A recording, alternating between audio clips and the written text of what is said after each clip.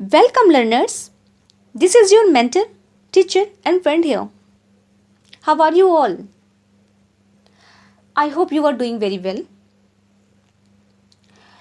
Today, I have selected a very important and famous composition of John Milton that is known as Comus. Comus is a mask play.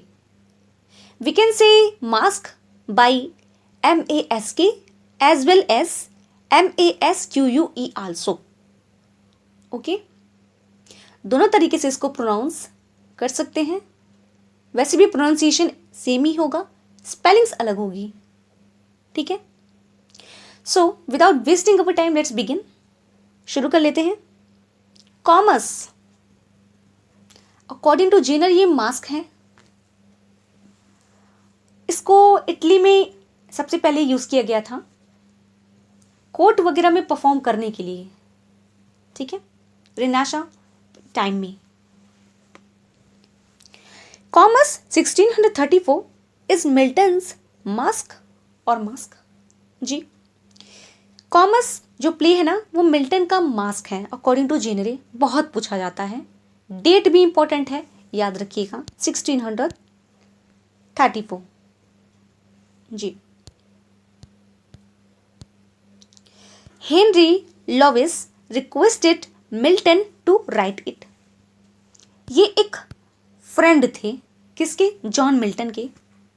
Important है, सारी चीज़ों को आप ध्यान रखेंगे.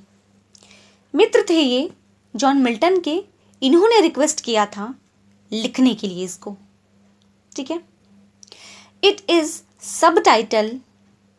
It's subtitle is the Triumph of virtue. Most important. ये सब title है ट्रायम्फ ऑफ वर्च्यू. अच्छा, कहीं कहीं स्कॉलर्स ने ना इसको थीम मान लिया है कि द ट्रायम्फ ऑफ वर्च्यू वो थीम है, ना कि सब टाइटल. ठीक है. तो हमें इस चीज़ का ख्याल रखना है. अकॉर्डिंग टू ऑप्शन हमें आंसर देना है. ठीक है. It is a mask in honour of chastity. Chastity based, chastity के सम्मान में ये एक मास्क क्रिएट किया गया है. It is first presented on Michaelmas 1634. सबसे पहले इसको प्रेजेंट किया गया था मैकलमस में 1634 में. Before John Egerton. John Egerton first Earl of Bridgewater at Ludlow Castle in celebration of Earl's new post as Lord President of Wales. यहाँ पे इस पर्पज में इसको परफॉर्म किया गया था. ठीक है. मोस्ट इंपॉर्टेंट है ये. जी हाँ, तो ये मोस्ट इंपॉर्टेंट है, पूछा जा सकता है. ये हमें अच्छे से पता होनी चाहिए इंफॉर्मेशन. ठीक है. The poem is a victory of virtue upon vices. ये जो पोयम है ना एक जीत है सदगुण की बुराइयों पर. ठीक है. It is a story of two brothers. Most important again. ये कहानी है किसकी? दो भाइयों की और उनकी सिस्टर की. The sister is called the lady. और ये जो सिस्टर है ना यही प्रोटोगोनिस्ट हैं इस प्ले की. तो ये प्रोटोगोनिस्ट है इस प्ले की. और इसका जो नाम है ना वो नाम मेंशन तो नहीं किया है. इसको ये जो लेडी है इसको द लेडी के नाम से ही जाना गया है पूरे प्ले में. ठीक है. तो प्रोटोगोनिस्ट भी पूछा जा सकता है, इंपॉर्टेंट क्वेश्चन है. और किस नाम से उनको बुलाया गया है ये भी क्वेश्चन आ सकता है. ठीक है. तो हमें इंफॉर्मेशन होनी चाहिए. जी the lady is lost in a journey through the woods. जो लेडी है वो जंगलों में जा करके ना अपना रास्ता भटक जाती है. When she is alone. और जब वो अकेली होती है तो शी इनकाउंटर्स कॉमर्स. तो उसका सामना कॉमर्स से होता है. कॉमर्स कौन है ना? कॉमर्स ये पूरे प्ले का विलन है, एंटागोनिस्ट कह सकते हैं आप. ठीक है. He lives in a forest and is skilled in using black magic. ठीक है, ये काला जादू वगैरह करता है, जो राहगीर होते हैं पथिकों पर, जो खोए भटके मिलते हैं और उनका शोषण करता है और उनको करप्ट करने की कोशिश करता है। कॉमस का यही काम है। तो अगर विलन पूछे, एंटागोनिस्ट पूछे कॉमस का, तो इसको भूलना तो नहीं है, एक ही है, मोस्ट इंपॉर्टेंट है, इन्हीं को टिक कर देना है कॉमस को। ठीक है। Comus is debauched as he is inspired by the god of revelry. तो कॉमस क्या करता है, लोगों को ना करप्ट करता है, जैसे कि उसको इंस्पायर किया गया है गॉड ऑफ रिवेलरी के द्वारा। रिवेलरी मीन बुराई। ठीक है, तो जैसा जो बुराई की जो देवता है उसको जैसे इंस्पायर करते हैं वो वैसे ही करता है, और उसको अच्छे कामों के लिए इंस्पायर तो नहीं किया गया है, उनको जो बुरे काम होते हैं, गलत काम होते हैं, उन कामों के लिए इनको इंस्पायर किया जाता है। तो कॉमस वैसा ही करता है। ठीक है। He appears in the form of poor shepherd. Shepherd चरावा, तो वो दिखाई पड़ता है ना एक शेफर्ड का रूप धारण करके। एक्चुअली वो ना अपना शेप चेंज कर सकता है कॉमस, तो वो शेफर्ड के रूप में ना लेडी को मिलता है और उसको करप्ट करने की कोशिश करता है, मैनिपुलेट भी करता है।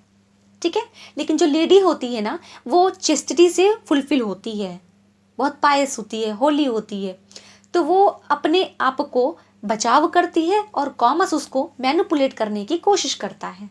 ठीक है, यही चीज़ें पूरे प्ले भर में हैं, तो यही कॉमर्स में है। लाइन बाय लाइन जब हम पढ़ेंगे तो उसको डिस्कस कर लेंगे। ठीक है, अभी समरी देख लेते हैं। ही अटेम्प्ट्स टू सेड्यूस हर। अब वो उसको सेड्यूस करने की कोशिश करता है। The goddess of virtue appears. तो अब क्या होता है, जो गॉडेस है वर्च्यू की वो आती है और वो दोनों भाइयों की हेल्प करती हैं। अब ये दोनों भाई कौन है, ये दोनों भाई वो हैं जो द लेडी के दो भाई हैं, और लेडी अपने भाइयों से जंगल में बिछड़ गई है, खो गई है।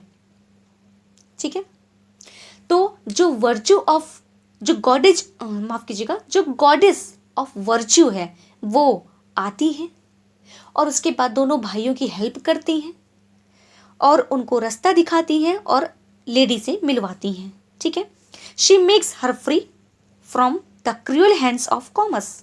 और फिर वो उसको फ्री करवाती हैं कॉमस की क्रूअल हाथों से। She helps is uniting the lady and her brothers with their parents. और फिर वो मदद करती हैं एक होने के लिए लेडी के और भाइयों की उनके पेरेंट्स के साथ में। ठीक है, यानी कि उनको मिलाने का काम ये गॉडेस ऑफ वर्च्यू करती हैं। ठीक है, स्टोरी बहुत अच्छी है, बुराई पे अच्छाई की जीत को इसमें दिखाया गया है। तो ये कुछ फैक्ट थे इम्पॉर्टेंट, जो ब्रीफली हमको इन्फॉर्मेशन होनी चाहिए, मोस्ट इम्पॉर्टेंट है। ठीक है, लाइंस जब हम पढ़ेंगे तो वहाँ सारी चीज़ों को डिस्कस कर लेंगे। और इसमें कुछ चीज़ें हैं इम्पॉर्टेंट जानने लायक, जैसे कि इसका जो फुल टाइटल है वही है Comus a mask presented at Ludlow Castle. जी, लडलो कैसल इन 1634। ठीक है, और एक चीज़ को हमें ये जान लेना है कि जो लोविस फ्रेंड थे ना मिल्टन के, उन्होंने एक्ट किया है the part of the attendant spirit. Attendant spirit का जो रोल किया है वो लोविस ने किया है इसमें। ठीक है, म्यूज़िक पसंद था मिल्टन को, तो म्यूजिशियन का भी आपको इसमें ये जो फ्रेंड हैं वो म्यूजिशियन थे, ऐसा आपको कुछ झलक देखने को ये इन्फॉर्मेशन मिलेगी। ठीक है जी, तो ये हमारा आज का प्ले था कॉमस। हमने इसको डिस्कस किया, कुछ एडिशनल छोटी छोटी इन्फॉर्मेशंस को देखा। फिर मिलते हैं आपसे किसी दूसरे वीडियो में, फिर कोई और टॉपिक लेकर के जॉन मिल्टन का। ठीक है, अपना रिव्यू देना ना भूलिएगा, कोई सजेशन हो मुझे ज़रूर बताइएगा, मैं आप ही में से एक लर्नर हूँ। ठीक है, okay, thank you so much for coming here. Video अच्छा लगे तो लाइक करिएगा, शेयर करिए, सब्सक्राइब करिए। Thank you so much.